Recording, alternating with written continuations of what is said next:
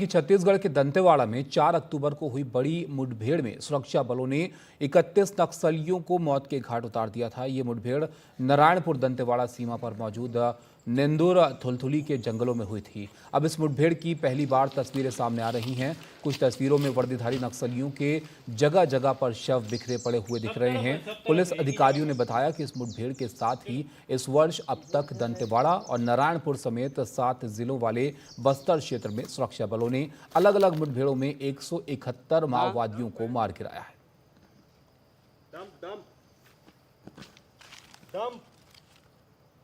अबूझमाड़ में थुलथुली के जंगल में हुई मुठभेड़ को लेकर ग्राउंड जीरो से एनडीटीवी की रिपोर्ट आप देखिए।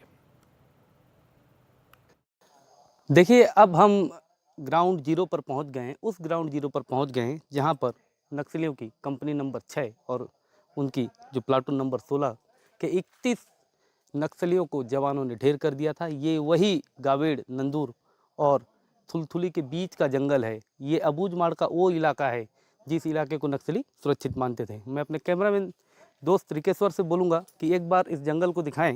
रिकेश्वर भाई, कि कितना घना जंगल है, किस तरीके की तैयारी थी। इसी इलाके पर नक्सलियों के 6 नंबर प्लाटून के बड़े लीडर नीति, नंदू, सलाम बैठे हुए थे। देख सकते हैं कि ये आपको दिखाई दे रहा होगा। ये सभी सामान इस पहाड़ के इलाके में नक्सली मौजूद थे और जवान उनको चारों ओर से घिरे हुए थे। ये जो इलाका है इसमें 3-4 जगह मुठभेड़ हुई। एक वो भी इलाका है, नीचे नक्सलियों का डंप यार्ड जवानों ने जलाया। जो मूल दैनिक उपयोग के सामान हैं जो जवान अपने साथ ले जा नहीं सकते थे। देखिए, यहाँ पर जब नक्सलियों पर जवानों ने हमला किया तो ये आपको दिखाई दे रहा होगा। ये UVGL का पिछला सेल का हिस्सा है जो यहाँ पर गिरा आकर के। सोच सकते हैं कि कितना ज़बरदस्त हमला हुआ होगा। उस पूरे हमले में कई महिला माओवादी भी मारी गई थी। ये आपको बाल के निशान दिखाई दे रहे होंगे। मतलब इस इलाके पर महिला माओवादी भी रहीं जो जवानों से मुकाबला कर रही थी लगातार।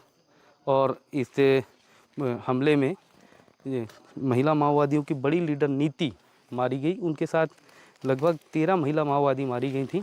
देख सकते हैं यहाँ हर जगह आपको पेड़ों पर गोलियों के निशान नज़र आ रहे होंगे।